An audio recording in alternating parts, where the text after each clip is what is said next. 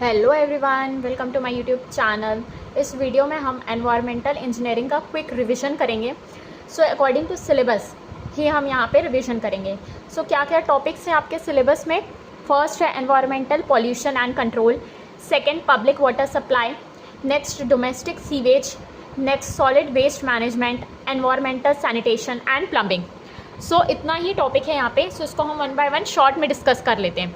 अगर आपको डिटेल में देखना है तो आप मेरे प्लेलिस्ट में चेक कर सकते हैं, मैंने इन सब टॉपिक को वहाँ पे डिटेल में भी एक्सप्लेन किया है। स्टार्ट करते हैं। First topic public water supply. इसमें हम देखेंगे पानी कहाँ कहाँ से आता है। First various sources of water for supply. पानी कहाँ से आता है। फर्स्ट है सरफेस वाटर सोर्स, सेकेंड है ground water source. Surface sources क्या होते हैं। सरफेस सोर्सेज वो सोर्स होते हैं पानी के जहाँ पे वाटर फ्लो करता है surface of the earth, means earth के ऊपर। एंड ये जो पानी होता है ये डायरेक्टली अवेलेबल होता है वाटर सप्लाई के लिए। जो इम्पोर्टेंट सरफेस सोर्सेज हैं पानी के वो क्या क्या हैं। Natural ponds and lakes, streams and rivers and impounding reservoir. Next जो रिवर्स होते हैं वो मोस्ट इम्पॉर्टेंट सोर्सेज होते हैं हमारे वाटर के for public water supply schemes. Means public को जो पानी सप्लाई करना रहता है उसका जो मोस्ट इम्पॉर्टेंट सोर्स होता है वो रिवर होता है। नेक्स्ट है ग्राउंड वाटर सोर्सेस। ये कौन से सोर्सेस होते हैं। जो अंडरग्राउंड सोर्सेस होते हैं रिजर्वॉयर के, जो अर्थ के नीचे पाए जाते हैं यानी कि रॉक्स और सॉइल में, वो कहलाते हैं ग्राउंड वाटर सोर्सेस। वेरियस जो ग्राउंड वाटर सोर्सेस हैं वो क्या क्या है। Infiltration wells, springs, wells and infiltration galleries. Now IS code जो है उसने एक लिमिट दी है डोमेस्टिक वाटर कंजप्शन की, जो कि है 135 to 225 litres per capita per day. Next population forecasting methods. Population को फोरकास्ट करने के लिए हमारे पास मेथड्स हैं। फर्स्ट है अर्थमेटिक इंक्रीज मेथड। इसका फॉर्मूला है PN = P0 + N x bar, जहाँ पे PN जो है वो फोरकास्टेड पॉपुलेशन है after n decades from the present. Means n decades के बाद, 1 डेकेड में 10 ईयर्स होते हैं। आपको जितना भी डेकेड्स के बाद पूछेगा, अगर 2 डेकेड्स बोलता है मतलब 20 ईयर्स के बाद वो पूछ रहा है। PN वो होता है यहाँ पे। और P0 जो है वो एट प्रेजेंट कितनी पॉपुलेशन है, N जो है वो नंबर ऑफ डेकेड्स है, और x बार जो है वो एवरेज है यानी कि अर्थमेटिक मीन है पॉपुलेशन इंक्रीज का, जो नॉन डेकेड्स में एवरेज आएगा वो है। x bar is the average arithmetic mean of population increase in the known decades. Next है ज्योमेट्रिक इंक्रीज मेथड। इसमें क्या फॉर्मूला है। PN = P0 × bracket 1 + R/100 whole to the power n, जहाँ पे R है assumed growth rate in percentage. R आप कैसे find करेंगे। R = R1 × R2 × R3 up to Rn whole to the power 1/n, जितने रेट्स होंगे उसका 1/n। नेक्स्ट है इंक्रीमेंटल इंक्रीज मेथड और मेथड ऑफ वेरिंग इंक्रीमेंट। इसका फॉर्मूला है PN = P0 + N x bar + n + 1/2 × y बार, जहाँ पे x बार जो है वो एवरेज इंक्रीज है पॉपुलेशन का नॉन डेकेड्स में, और y बार जो है वो एवरेज है incremental increase of non decades का। नेक्स्ट टॉपिक है ट्रीटमेंट ऑफ वाटर। वाटर को हम ट्रीट करते हैं, कुछ यूनिट ऑपरेशन इन्वॉल्व होते हैं वाटर ट्रीटमेंट के, जैसे कि फर्स्ट है screening, next aeration, next flocculation, next filtration, next disinfection and the last is softening. यहाँ पे हम एरेशन में क्या करते हैं, वाटर का कॉन्टैक्ट करते हैं एयर के साथ। इससे क्या रिमूव होता है, कार्बन डाइऑक्साइड और हाइड्रोजन सल्फाइड का रिमूवल होता है। नेक्स्ट टॉपिक है सेडिमेंटेशन। सेडिमेंटेशन में हम क्या करते हैं, जो सॉलिड्स की डेंसिटी ज़्यादा होती है उसको हम सेटल कराते हैं under the action of gravity के माध्यम से। सेडिमेंटेशन 2 टाइप्स के होते हैं। फर्स्ट है प्लेन सेडिमेंटेशन, सेकेंड है सेडिमेंटेशन विथ कोगुलेशन। सेडिमेंटेशन में जब हम कोगुलेंट्स का यूज़ करते हैं, नाउ यहाँ पे एक इंपॉर्टेंट फार्मूला आता है सेडिमेंटेशन में, वो है सेटलिंग वेलोसिटी, मतलब कि किस वेलोसिटी से पार्टिकल सेटल होते हैं। VS = (Γs - Γw × d²/18 μ), जहाँ पे गामा S जो है वो specific unit weight of solid है, gamma W unit weight of water है, d जो है वो डायमीटर ऑफ पार्टिकल्स है, और म्यू जो है वो डायनेमिक विस्कोसिटी है। नाउ जब हम कोगुलेंट्स ऐड करते हैं, कोगुलेशन एक प्रोसेस होता है जिसमें हम कोगुलेंट्स का एडिशन करते हैं। इस प्रोसेस को हम मैकेनिकल मिक्सर में करते हैं, सो वहाँ पे एक मिक्सिंग टर्म आता है जो कि यूज़ होता है सेडिमेंटेशन विथ कोगुलेशन में। सो यहाँ पे एक टर्म है टेम्पोरल मीन वेलोसिटी ग्रेडियंट, यानी कि जी, वो किसके इक्वल होता है, √P/μ इंटू वी, जहाँ पे P जो है पावर है वॉट्स में, म्यू जो है वो डायनेमिक विस्कोसिटी है इन न्यूटन सेकेंड पर मीटर स्क्वायर, V जो है वो वॉल्यूम ऑफ टैंक है इन मीटर क्यूब, और G जो होता है वो पर सेकेंड में होता है। नेक्स्ट प्रोसेस है फिल्ट्रेशन। इसमें क्या करते हैं हम, फाइन फ्लॉक पार्टिकल्स, ओडर और डिजॉल्व्ड मिनरल्स को रिमूव करते हैं, और ये ऐसे सस्पेंडेड सॉलिड्स को भी रिमूव करता है जो कि सेडिमेंटेशन के द्वारा रिमूव नहीं हो पाते। सो फिल्ट्रेशन 2 टाइप्स के होते हैं। फर्स्ट है ग्रेविटी फिल्टर्स, सेकेंड है प्रेशर फिल्टर्स। जो ग्रेविटी के द्वारा फिल्टर होते हैं वो ग्रेविटी फिल्टर्स होते हैं, और जो प्रेशर के द्वारा फिल्टर होता है वो होता है प्रेशर फिल्टर। सो ग्रेविटी के 2 मेथड्स हैं। फर्स्ट है स्लो सैंड फिल्टर्स, सेकेंड है rapid sand filter. Now slow sand filter और रैपिड सैंड फिल्टर से जो एक इंपॉर्टेंट क्वेश्चन पूछा जाता है, that is rate of filtration. Slow sand filter का रेट ऑफ फिल्ट्रेशन होता है 100 to 200 litre per hour per metre square of filter area. बहुत स्लो फिल्ट्रेशन होता है, ठीक, तो ये रेट कम हो गया। नेक्स्ट है रैपिड सैंड फिल्टर। इसका रेट ऑफ फिल्ट्रेशन होता है 3000 to 6000 लीटर्स पर आवर पर मीटर स्क्वायर, यानी कि ये 30 टाइम्स होता है स्लो सैंड फिल्टर के रेट ऑफ फिल्ट्रेशन से। सो ये 30 × 100 हो गया, सो 30 टाइम्स ये ज़्यादा होता है, ये फास्ट होता है, राइट। नेक्स्ट है वाटर सॉफ्टनिंग। वाटर सॉफ्टनिंग एक प्रोसेस है जिसमें हम वाटर की हार्डनेस को रिमूव करते हैं। सो हार्डनेस 2 टाइप्स की होती है, टेम्पररी हार्डनेस और परमानेंट हार्डनेस। सो इन दोनों हार्डनेस को रिमूव करने के लिए अलग अलग मेथड्स हैं। टेम्पररी हार्डनेस रिमूव होती है by boiling, by addition of lime. जो परमानेंट हार्डनेस होती है वो रिमूव होती है lime soda process, zeolite process और डीमिनरलाइजेशन प्रोसेस से। नेक्स्ट है डिस्ट्रीब्यूशन सिस्टम। ना जो हमारे मेथड्स होते हैं वाटर को डिस्ट्रीब्यूट करने के लिए वो 3 टाइप्स के होते हैं। फर्स्ट है ग्रेविटेशनल सिस्टम, यानी कि ग्रेविटी के द्वारा। सेकेंड है पंपिंग सिस्टम, यानी कि पंप यूज़ करके हम वाटर को डिस्ट्रीब्यूट करते हैं। थर्ड होता है कंबाइंड सिस्टम, जब हम ग्रेविटी और पंपिंग दोनों के द्वारा वाटर को डिस्ट्रीब्यूट करते हैं। ये हो गए हमारे मेथड्स पानी को डिस्ट्रीब्यूट करने के लिए। नाउ लेआउट्स मीन्स किस तरह के लेआउट्स होते हैं डिस्ट्रीब्यूशन सिस्टम में। सो इसके 4 मेथड्स हैं। फर्स्ट है डेड एंड सिस्टम, सेकेंड है ग्रिड सिस्टम, थर्ड है रिंग और सर्कुलर सिस्टम, फोर्थ है रेडियल सिस्टम। नेक्स्ट बीओडी का फॉर्मूला क्या होता है, for 5 days at 20 degree Celsius में क्या होता है, L0 यानी कि ultimate BOD into bracket 1 - e⁻⁻k at T degree Celsius into time T। जो K होता है वो टेम्परेचर पे डिपेंड होता है, मीन्स स्टैंडर्ड जो डीऑक्सीजनेशन कांस्टेंट है वो 20 डिग्री सेल्सियस में होता है, वो होता है K deoxygenation constant eight 20 degree Celsius. अगर टेम्परेचर आपको दूसरा गिवन है सो उसके अकॉर्डिंग आपको पहले ये डीऑक्सीजनेशन कांस्टेंट फाइंड करना पड़ेगा। So deoxygenation constant at T degree Celsius होता है deoxygenation constant in 20 degree Celsius into 1.047 whole to the power T-20। So इसको आप फाइंड करेंगे, फिर उसको यहाँ पुट करेंगे। Now BOD at T days में क्या हो जाएगा, L0 ultimate BOD into bracket 1 - 10⁻⁻k into T, जब बेस 10 लेंगे हम। Now sewers. सीवर्स कितने टाइप्स के होते हैं, फर्स्ट है सैनिटरी सीवर, सेकेंड है स्टॉर्म सीवर। सैनिटरी सीवर्स जो होते हैं ये कैरी करते हैं वेस्ट ऑफ डोमेस्टिक, जो घरों का वेस्ट होता है वो कैरी करता है सैनिटरी सीवर। ना जो रेनफॉल का कलेक्शन होता है वो होता है स्टॉर्म सीवर के द्वारा। नाउ सीवेज को हम कैसे ट्रीट करते हैं, सो सीक्वेंस देख लीजिए। फर्स्ट है स्क्रीन, सेकेंड है grit chamber, then skimming tank, then primary sedimentation tank, then secondary treatment, next tertiary treatment and the last is disposal of sewage. Screen 3 types के होते हैं, coarse screen, fine screen and medium screen. So screen क्या करते हैं, large floating matter को remove करते हैं, और मेन पर्पस स्क्रीन का ये होता है कि जो फ्लोटिंग मैटर्स हैं वो रिमूव हो पाए और जो पंपिंग में जो एफर्ट लगेगा वो रिड्यूस हो पाए। Next is grid chamber. Grid chamber किस लिए यूज़ किया जाता है, ये यूज़ किया जाता है टू रिमूव इनऑर्गेनिक मैटर को, यानी कि ग्रिड्स को रिमूव करने के लिए। नेक्स्ट है स्किमिंग टैंक। स्किमिंग टैंक में हम क्या करते हैं, ऑयल और ग्रीस का रिमूवल करते हैं, और जो ये स्किमिंग टैंक होता है ये हमेशा पहले होता है सेडिमेंटेशन टैंक के।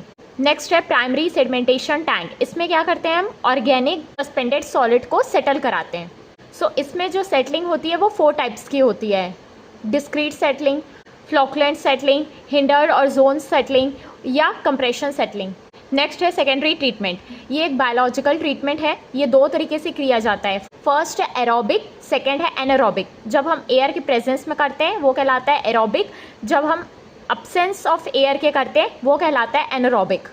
सो जो एरोबिक ट्रीटमेंट होते हैं वो बेसिकली 3 टाइप्स के होते हैं, trickling filter, activated sludge process and oxidation point. और जो एनारोबिक ट्रीटमेंट होते हैं वो किस में होता है, सेप्टिक टैंक और एमॉफ टैंक में। नेक्स्ट लास्ट स्टेज है डिस्पोजल ऑफ सीवेज। हम सीवेज को डिस्पोज ऑफ कर देते हैं। Design parameters of activated sludge process. So कुछ पैरामीटर्स के फॉर्मूले हैं यहाँ पे, उसको हम डिस्कस कर लेते हैं। जैसे कि डिटेंशन टाइम, ये किसके इक्वल होता है, volume of tank by rate of sewage flow in the tank. Unit से आप देखेंगे तो ये हो जाएगा metre cube by metre cube per day. So detention time आ जाएगा, यानी कि V/Q। नेक्स्ट इंपॉर्टेंट फॉर्मूला है यहाँ पे food to microorganism ratio, यानी कि F/M रेशियो। वो किसके इक्वल होता है, F/M equals to daily BOD load applied to the aerator system in grams by total microbial mass in the system. ये भी ग्राम में है। सो F/M किसके इक्वल हो जाएगा, Q into Y0/V into XT, जहाँ पे XT जो है वो MLSS है या MLVSS, यानी कि मिक्स्ड लिकर सस्पेंडेड सॉलिड, और Y जो है वो BOD है। नेक्स्ट है वॉल्यूमेट्रिक BOD लोडिंग और ऑर्गेनिक लोडिंग रेट। इसका फॉर्मूला है मास ऑफ BOD अप्लाइड, जो हम BOD अप्लाई करते हैं, by volume of aeration tank. Aeration tank का वॉल्यूम क्या है, सो ये हो जाएगा discharge Q into Y0 in gram by volume of aeration tank in metre cube. Next है स्लज एज θc। सो ये किसके इक्वल होता है, mass of suspended solid in the system, मतलब कितने सस्पेंडेड सॉलिड सिस्टम में है, by mass of solid leaving the system per day, मतलब कितने सॉलिड सिस्टम को छोड़ रहे हैं एक दिन में। सो ये हो जाएगा sludge age equals to V into XT by QW into XR plus Q minus QW into XC। नेक्स्ट है स्लज वॉल्यूम इंडेक्स SVI। ये किसके इक्वल होता है, SVI जो कि यूनिट होती है ml पर gram is equals to VOB by XOB into 100।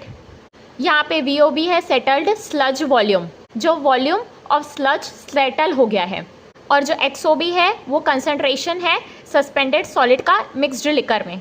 Next topic है सिलेबस में सीवर्स के बारे में। सो यहाँ पे देखिए, जो एग शेप्ड सीवर होता है इसकी वेलोसिटी 2 to 15% ज़्यादा होती है as compared to circular sewer.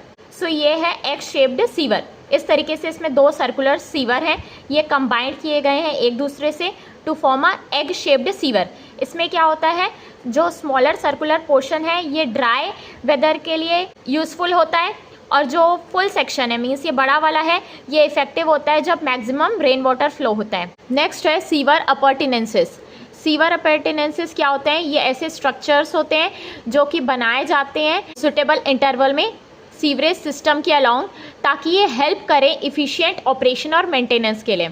So ये क्या क्या होते हैं, फर्स्ट है मैनहोल। सो मैनहोल क्या होता है, मैनहोल एक कवर्ड ओपनिंग होती है जो कि बनाई जाती है सीवर के अलाइनमेंट में, ताकि एक पर्सन सीवर को एसेस कर सके। इसका पर्पस क्या होता है, इंस्पेक्शन होता है, टेस्टिंग होती है, cleaning and removal of obstruction from the sewer line. ये कितने टाइप्स के होते हैं, फर्स्ट है नॉर्मल मैनहोल जिसकी डेप्थ 1 मीटर से कम होती है। सेकेंड है डीप मैनहोल, इसकी डेप्थ 1.5 मीटर से ज़्यादा होती है। नेक्स्ट है लैम्प होल, ये एक टाइप की ओपनिंग है जो कि इसलिए बनाई जाती है ताकि हम लैम्प को नीचे लोअर कर सकें। इंस्पेक्शन के लिए हमको लैम्प नीचे लेके जाना होगा, इसीलिए लैम्प होल बनाया जाता है। नेक्स्ट है ग्रीस एंड ऑयल ट्रैप, ये यूज़ किया जाता है ताकि हम ऑयल और ग्रीस को ट्रैप कर सकें, और ये बनाया जाता है जब वेस्ट वाटर सीवर में एंटर करता है सो उसके पहले ही हम ग्रीस और ऑयल का रिमूवल कर देते हैं। अगर सीवेज में ग्रीस और ऑयल प्रेजेंट होगा तो क्या होगा, ये इंटरनल जो सरफेस है सीवर का उसमें ये चिपक जाएगा, और उससे क्या है सीवर की कैरिंग कैपेसिटी डिक्रीज हो जाएगी, इसीलिए हम ग्रीस ऑयल का रिमूवल कर देते हैं। नेक्स्ट टॉपिक है कैच बेसिन। ये एक टाइप का रेक्टेंगुलर चैम्बर होता है, ये बनाया जाता है सीवर लाइन के अलाउंग ताकि जो स्टॉर्म वाटर है इसमें जाए और इसमें से जो सिल्ट और ग्रिट है वो रिमूव हो पाए। कैच बेसिन इस टाइप का एक रेक्टेंगुलर चैम्बर होता है, इसमें हम सिल्ट और ग्रिट को कलेक्ट कर लेते हैं इस बेसिन में, ताकि आगे जो स्टॉर्म वाटर जाए सीवर में वो बिना सिल्ट और ग्रिट के जाए। सो catch basin is a rectangular chamber constructed along the sewer line to allow the storm water to enter the sewer by eliminating silt and grit at the bottom of the basin. Next topic है ventilation of sewers. Sewers में बहुत सारे foul gases होते हैं, सो उसको remove करने के लिए हम वेंटिलेशन करते हैं सीवर का। सो इसका पर्पस होता है removal of foul gases from the sewer. So कौन कौन से गैसेस प्रेजेंट होते हैं, such as hydrogen sulphide, carbon dioxide, methane, carbon monoxide, ammonia and nitrogen. So इसमें सबसे ज़्यादा जो एक्सप्लोजिव होती है वो है मीथेन। अगर हम इसको रिमूव नहीं करेंगे सो क्या होगा, मैनहोल कवर भी उखड़ के आ सकते हैं, मीन्स ब्लो ऑफ हो सकते हैं। नेक्स्ट टॉपिक है solid waste management. Solid waste क्या होते हैं, ये ऐसे टोटल वेस्ट होते हैं जो कि ऑब्टेन्ड होते हैं ह्यूमन और एनिमल की एक्टिविटीज से, और जो सॉलिड के फॉर्म में होते हैं, और जो कि यूजलेस और अनवांटेड होते हैं। और सॉलिड वेस्ट कितने टाइप्स के होते हैं, फर्स्ट है म्युनिसिपल वेस्ट, सेकेंड है इंडस्ट्रियल वेस्ट, थर्ड है हजार्डियस वेस्ट। म्युनिसिपल वेस्ट वो वेस्ट होता है जो कि घर से आते हैं, जैसे कि रबिश हो गया, गार्बेज हो गया। इंडस्ट्रियल वेस्ट क्या होते हैं, जो इंडस्ट्री से आते हैं, जैसे कि ऑयल, ग्रीसेस। हजार्डियस वेस्ट वो जो ऑब्टेन किया जाता है हॉस्पिटल से, और जो हजार्डियस फैक्ट्रीज से ऑब्टेन किया जाता है वो कहलाता है हजार्डियस वेस्ट। नाउ अब हम डिस्पोजल कैसे करते हैं इन सॉलिड वेस्ट का। So there are different methods. First है ओपन डंपिंग, सेकेंड है सैनिटरी लैंडफिल, थर्ड है कंपोस्टिंग। कंपोस्टिंग के 2 मेथड हैं, फर्स्ट है इंदौर मेथड, सेकेंड है बेंगलोर मेथड। फोर्थ है श्रेडिंग और पल्वराइजेशन, फिफ्थ है इंसिनरेशन, सिक्स्थ है पायरोलिसिस। ओपन डंपिंग में क्या करते हैं, हम डायरेक्ट सॉलिड वेस्ट को डिस्पोज ऑफ कर देते हैं। ये एक ओल्डेस्ट मेथड है of disposing the solid waste. Sanitary landfilling में हम क्या करते हैं, सॉलिड वेस्ट को डिस्पोज ऑफ करते हैं लो लाइंग एरियाज में। कंपोस्टिंग जो है वो एक बायोलॉजिकल मेथड है डिकम्पोजिंग सॉलिड वेस्ट को। इसमें जो ऑर्गेनिक मटेरियल्स होते हैं वो सेपरेट किए जाते हैं सॉलिड वेस्ट से, उसके बाद उनको डिकम्पोजिशन किया जाता है या तो एरोबिकली या एनारोबिकली। फिर जो प्रोडक्ट ऑब्टेन्ड होता है उसको हम कंपोस्ट बोलते हैं या ह्यूमस भी बोलते हैं। ये पूरा प्रोसेस जिसमें हम सेपरेशन और बैक्टीरियल कन्वर्शन करते हैं ऑर्गेनिक सॉलिड वेस्ट का, ये कहलाता है कंपोस्टिंग। सो इंदौर मेथड में हम डिकम्पोजिशन करते हैं एरोबिक कंडीशंस के अंडर। नेक्स्ट है पल्वराइजेशन। पल्वराइजेशन में हम क्या करते हैं, जो रिफ्यूज मटेरियल होते हैं उसको पल्वराइज करते हैं ग्राइंडिंग मशीन में, ताकि उसकी वॉल्यूम कम हो पाए और उसका फिजिकल कैरेक्टर चेंज हो पाए। और जो पल्वराइज्ड रिफ्यूज होते हैं वो प्रैक्टिकली ओडरलेस होते हैं और अनअट्रैक्टिव होते हैं। नेक्स्ट है इंसिनरेशन। ये सबसे ज़्यादा इफेक्टिव मेथड है सॉलिड वेस्ट को डिस्पोज करने के लिए। इसमें हम क्या करते हैं, सॉलिड वेस्ट को बर्न कर देते हैं, मीन्स सॉलिड वेस्ट को जला देते हैं इन अ वेल डिजाइन फर्नेस, मतलब एक जो वेल डिजाइन फर्नेस होता है सॉलिड वेस्ट को जला देते हैं। नेक्स्ट है पायरोलिसिस। पायरोलिसिस में हम क्या करते हैं, जो ऑर्गेनिक कंपाउंड को हम कन्वर्ट करते हैं सॉलिड लिक्विड गैस में by the combination of thermal cracking and condensation reaction in the absence of oxygen, means oxygen के एब्सेंट में। इस प्रोसेस को हम डिस्ट्रक्टिव डिस्टिलेशन भी बोलते हैं। नेक्स्ट टॉपिक है प्लम्बिंग। प्लम्बिंग में हम पढ़ेंगे अपरटेनेंसेस इन प्लम्बिंग सिस्टम। कौन कौन से हम अपरटेनेंसेस यूज़ करते हैं प्लम्बिंग सिस्टम में। होते हैं हमारे डिफरेंट टाइप्स के। फर्स्ट है फेरियूल, सेकेंड है गूस नेक पाइप, थर्ड है सर्विस पाइप, फोर्थ है वाटर मीटर, फिफ्थ है स्टॉप कॉक। फेरियूल्स क्या होते हैं, ये है आपका फेरियूल। ये एक टाइप का राइट एंगल स्लीव होता है। ये जॉइंट होता है ओपनिंग, जो यहाँ पे ओपनिंग होती है वाटर मेन में, यहाँ पे जो ड्रिलिंग होती है और यहाँ पे जो ओपनिंग होती है ये वहाँ पे लगाया जाता है। ये यूज़ किया जाता है ताकि हम सर्विस पाइप को कनेक्ट कर सकें। नेक्स्ट है गूज नेक। ये यूज़ किया जाता है फेरियूल और सर्विस पाइप को कनेक्ट करने के लिए। ये है सर्विस पाइप। फेरियूल और सर्विस पाइप को कनेक्ट करता है गूज नेक। ये एक टाइप का फ्लेक्सिबल पाइप होता है। ये प्रोवाइड किया जाता है ताकि हम सेटलमेंट देख सकें सर्विस पाइप का, ताकि इसमें ओवरबर्डन लोड नहीं आ पाए। ये एक टाइप का ईज प्रोवाइड करता है फेरियूल को सर्विस पाइप से कनेक्ट करने के लिए। नेक्स्ट है service pipe.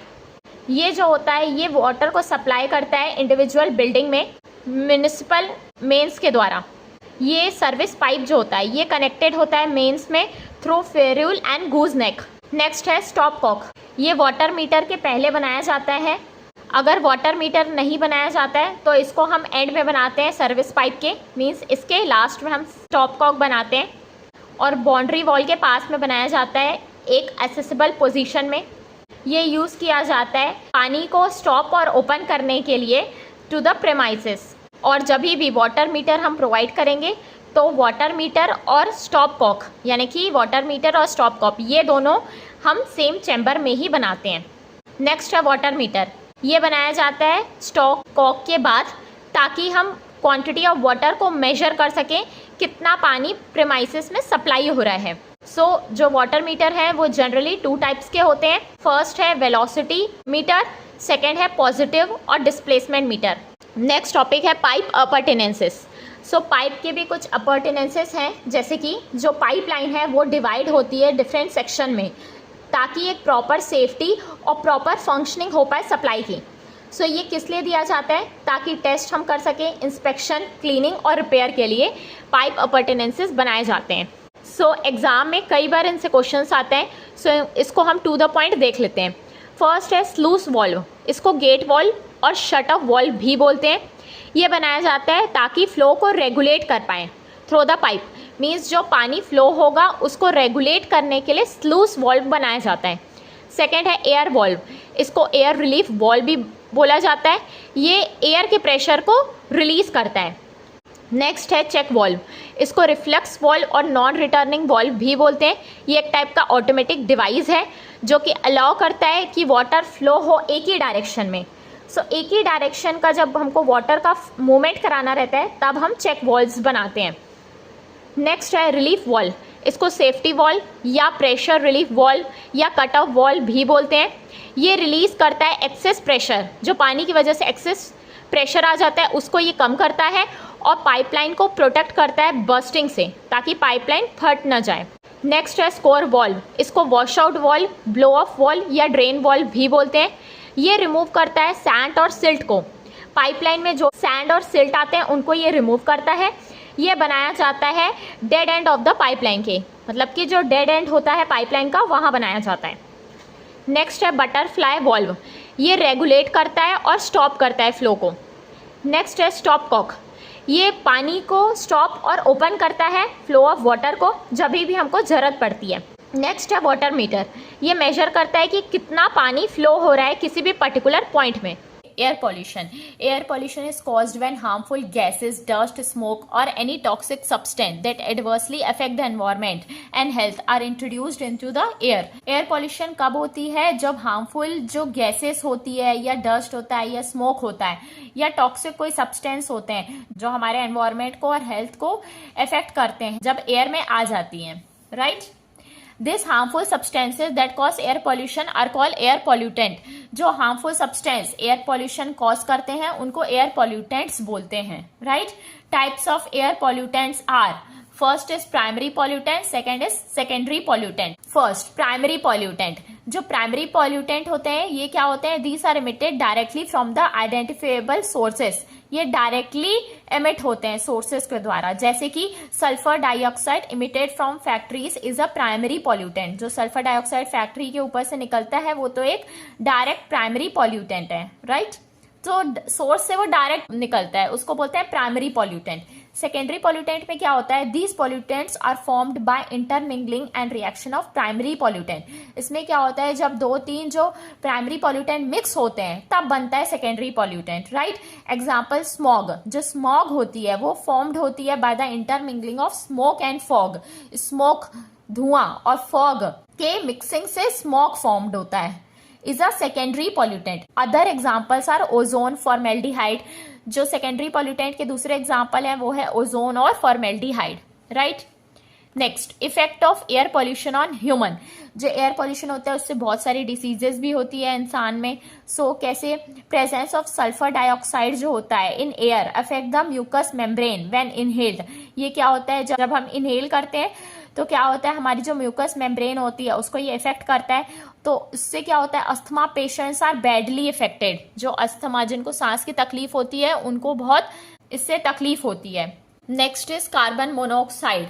Carbon monoxide has a strong affinity for combining with the haemoglobin. जो कार्बन मोनोऑक्साइड होता है उसकी क्या होती है, स्ट्रॉन्ग कैपेसिटी होती है कि वो हीमोग्लोबिन के साथ रिएक्ट करे, हमारे जो ब्लड वेसल्स हैं of the blood to form carboxy haemoglobin, जिससे वो क्या बने, कार्बोक्सी हीमोग्लोबिन बन जाए। This reduces the ability of haemoglobin to carry oxygen. इससे क्या होता है, जो हमारा जो बॉडी रहता है उसमें ऑक्सीजन की कैरी करने की कैपेसिटी कम हो जाती है। Carbon monoxide also affect the central nervous system, यह हमारे सेंट्रल नर्वस सिस्टम को भी इफेक्ट करता है। Next is acid rain. Acid rain is formed when gaseous emission of sulphur oxide and nitrogen oxide. जो गैसियस इमिशन होता है sulphur oxides का और नाइट्रोजन ऑक्साइड्स का, वो क्या करते हैं, interact with water vapour, water vapour के साथ रिएक्ट करते हैं और सनलाइट के साथ, and are chemically converted to strong acidic compound. और किस में कन्वर्ट हो जाते हैं, एसिडिक कंपाउंड में, जैसे कि H2SO4 एंड HNO3, ठीक, along with other organic and inorganic chemicals. फिर क्या होता है, these compounds along with other organic and inorganic chemicals, ये कंपाउंड्स जो दूसरे ऑर्गेनिक और इनऑर्गेनिक केमिकल्स हैं उनके साथ क्या होता है, deposited on the earth, deposit हो जाते हैं अर्थ में एज एरोसॉल्स एंड पर्टिकुलेट्स, और are carried to the earth by rain drops, snowfalls, और फिर ये अर्थ में आते हैं, इसको बोलते हैं acid rain. The pH of rain is less than 5.6, it is called acid rain. जब रेन का pH 5.6 से लेस होता है तो उसको एसिड रेन बोलते हैं। Next is global warming. Global warming का मतलब क्या होता है, global warming is the long term increase in the average temperature of the earth surface. काफी समय तक अगर अर्थ का टेम्परेचर बढ़ जाता है तो होता है global warming, caused by human activities, जो हमारे ह्यूमन एक्टिविटीज हैं उनके द्वारा, that release green house gases into the atmosphere. Human activities जैसे कि जो हम काम करते हैं जिससे ग्रीन हाउस गैसेस रिलीज होती है एटमॉस्फेयर में, उससे क्या होता है, ग्लोबल वार्मिंग कॉज होती है। जो मेजर ग्रीन हाउस गैसेस हैं वो हैं carbon dioxide, methane, nitrous oxide and chlorofluorocarbon, CFC। Now what is plume behaviour. Plume behaviour क्या होता है, प्लूम क्या होता है, जो गैसियस इफ्लुएंस डिस्चार्ज होते हैं चिमनी से, तो जो पाथ फॉलो होता है वो गैसियस इफ्लुएंस का, वो होता है प्लूम।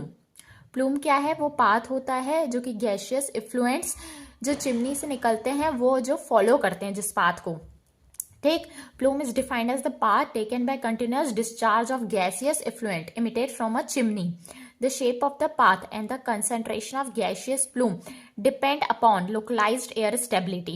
वो वहाँ के एयर के स्टेबिलिटी पे उनका शेप डिपेंड करता है, राइट। जो चिमनी से जो गैसियस पार्टिकल्स निकलते हैं तो वो जो पाथ फॉलो होता है उसको बोलते हैं plume. Next is lapse rate. In troposphere the temperature of the surrounding air decreases with increase in altitude, height. क्या होता है ट्रोपोस्फियर में, जैसे जैसे हम ऊपर जाते जाते हैं टेम्परेचर कम होते जाता है, ठीक। जैसे जैसे हमारी हाइट इंक्रीज होती जाती है एटमॉस्फेयर में, हम ऊपर जाते जाते हैं तो टेम्परेचर जो होता है वो कम होते जाता है, उसको बोलते हैं लैप्स रेट, ठीक। Decrease in temperature with increase in altitude, temperature का डिक्रीज हाइट के इंक्रीज से, राइट। तो जो rate of change of temperature होता है उसको बोलते हैं lapse rate. Now what is environmental lapse rate. Environmental lapse rate क्या होता है, it describe the change in air temperature as you move upward in the atmosphere under normal और undisturbed condition. Air अपना टेम्परेचर जिस तरीके से change कर देती है हम ऊपर जाते जाते हैं एल्टीट्यूड में, एटमॉस्फेयर में, वो होता है environmental lapse rate. Now, adiabatic lapse rate. Adiabatic lapse rate, the rate at which the parcel of air changes its own temperature and density with height is called adiabatic lapse rate. जिस rate में जो air parcel होता है air का वो temperature change करता है height के साथ, वो होता है एडियाबेटिक लैप्स रेट, ठीक है। ड्राई एडियाबेटिक लैप्स रेट क्या होता है, is the rate of temperature decrease for a parcel of dry air. जो टेम्परेचर का डिक्रीज होता है जब ड्राई एयर होती है तब, वो होता है ड्राई एडियाबेटिक लैप्स रेट, और वो क्या होता है 9.8 डिग्री सेल्सियस पर किलोमीटर, राइट।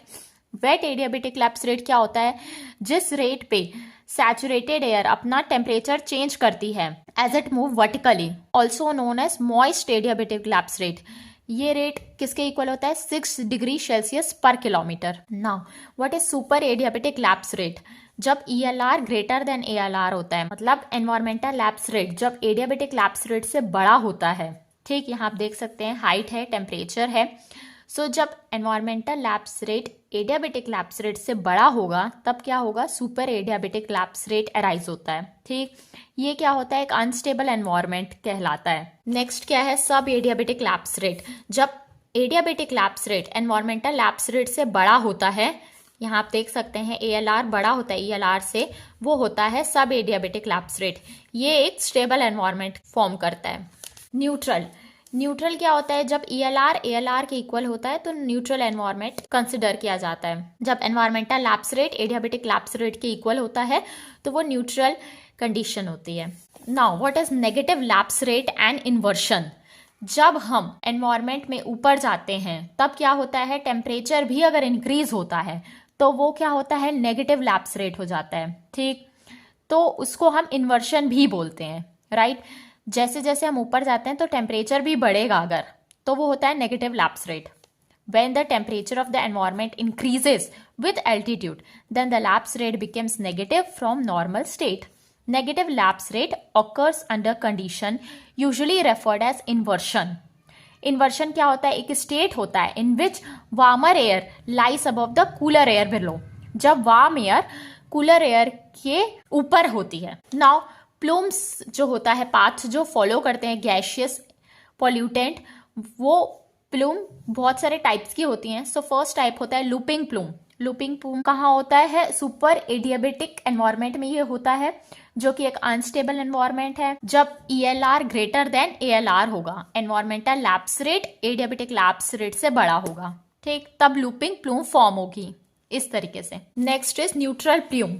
ये कब फॉर्म होती है, जब एनवायरमेंटल लैप्स रेट और एडियाबेटिक लैप्स रेट इक्वल होते हैं तो क्या होता है, प्लूम अपवर्ड वर्टिकल राइज। जो प्लूम होती है वो डायरेक्ट ऊपर चली जाती है। ठीक, now next is Koenig plume. ये क्या होती है, जब wind velocity greater than 32 kilometre per hour से ज्यादा होती है तब ये कोनिंग प्लूम फॉर्म होती है, एक कोन का शेप बन जाता है प्लूम में। Now next is fanning plume. ये कब होती है, एक्सट्रीम इन्वर्शन कंडीशन में अराइज होती है, right.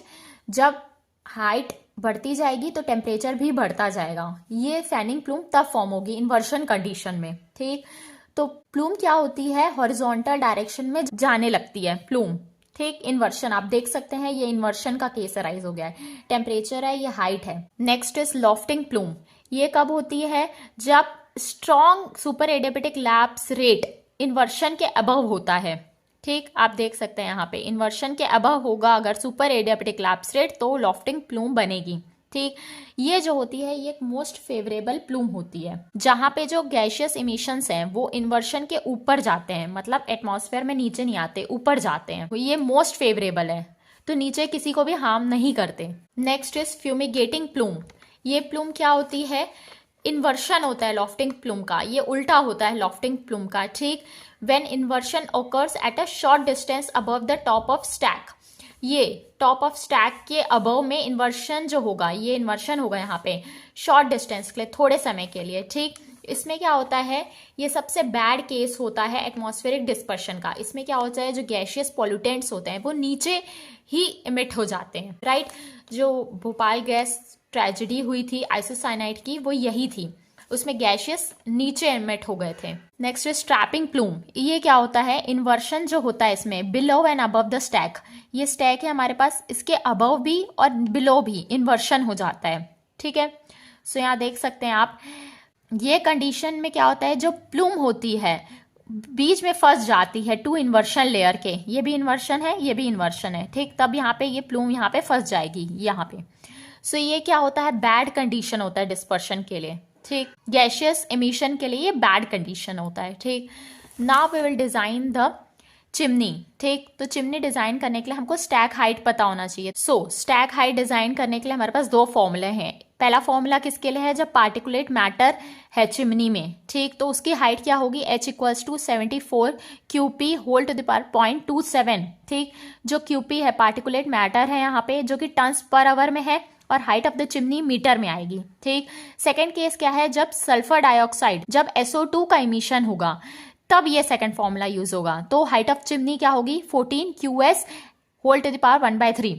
Height of the chimney क्या आएगी, मीटर में आएगी, और SO2 इमिशन जो है वो kg पर आवर में होना चाहिए। ठीक, नाउ मोस्ट इम्पॉर्टेंट थिंग यहाँ पे ये है, यहाँ पे बोर्ड ने वैल्यूज रिकमेंड की हैं, जो उस फॉर्मूले से जो वैल्यू आएगी वो मिनिमम इतनी होनी ही चाहिए। यहाँ पे जो गिवन है कोड के द्वारा स्पेसिफाइड है, मतलब अगर वहाँ 20 आ रही है और यहाँ पे वैल्यू 30 है तो हम 30 लेंगे। सो बोर्ड ने मिनिमम स्पेसिफाइड की है। तो यहाँ पे लिखा है the board has further recommended that the height of the chimney calculated on the basis of particulate matter and SO2 emissions by the above two equation should be subject to the following minimum values. First, for chimney adopted for industries in general except thermal power plant, अगर thermal power plant नहीं है तो 30 metre होना चाहिए। Next, for thermal power plant about 200 megawatt and below 500 megawatt capacity, so उसकी height 220 होनी चाहिए, 220 metre होनी चाहिए। Next, for thermal power plants having greater than 500 megawatt capacity, उसकी हाइट मिनिमम 275 मीटर होनी चाहिए, राइट। अगर आपको मेरा वीडियो पसंद आया हो सो प्लीज़ वीडियो को लाइक करें एंड मेरे चैनल को सब्सक्राइब करें। Thank you.